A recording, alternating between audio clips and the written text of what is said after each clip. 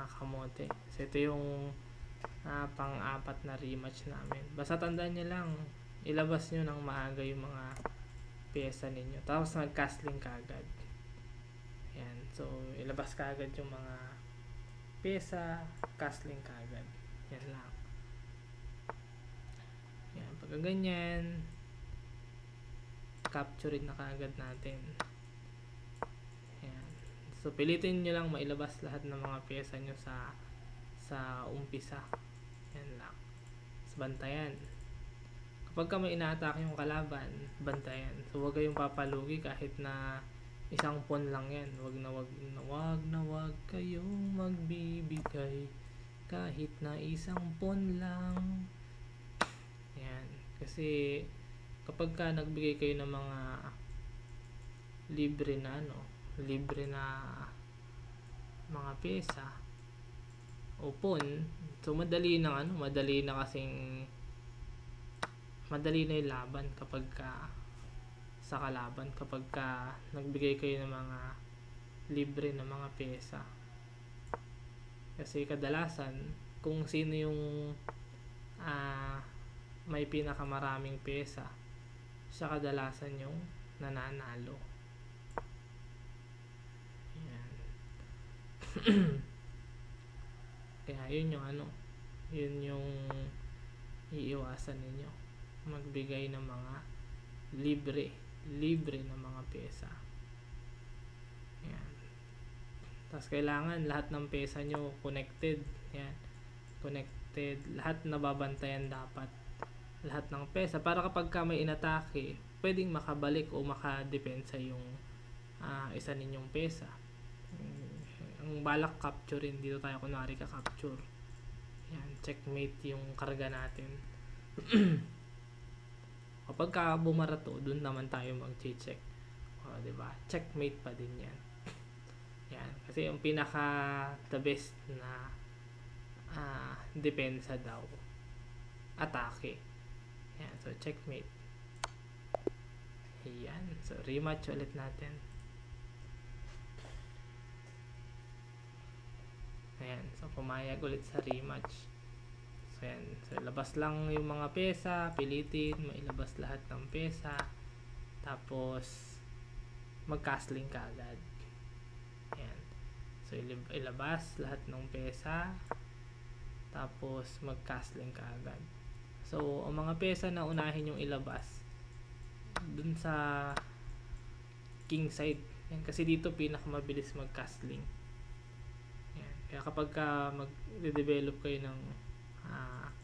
ng pyesa, unahin ka agad yung king side. Yan, medyo naging complicated yung bakbakan din ni Hu. So castling lang, capturein natin para may swap ng queen, tapos kakabayuhan natin dito para pag capture niya, capture din tayo ng pawn, lamang pa rin tayo ng isang pawn. Yan. Kain ngayon, madidepensahan ko, diba, madidepensahan ko na yung pawn, nadepensahan pa, ang galing. So castling, kapag ka wala ng mga queen sa board, pwede nang di mag-castling. Yan.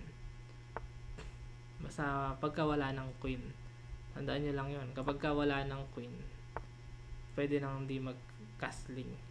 Pero depende pa rin yan, depende sa posisyon, sa maging kung ano yung posisyon. Kasi baka naman ipit-ipit yung mga pyesa ninyo, hindi makalabas, tapos di na kayo nag-castling.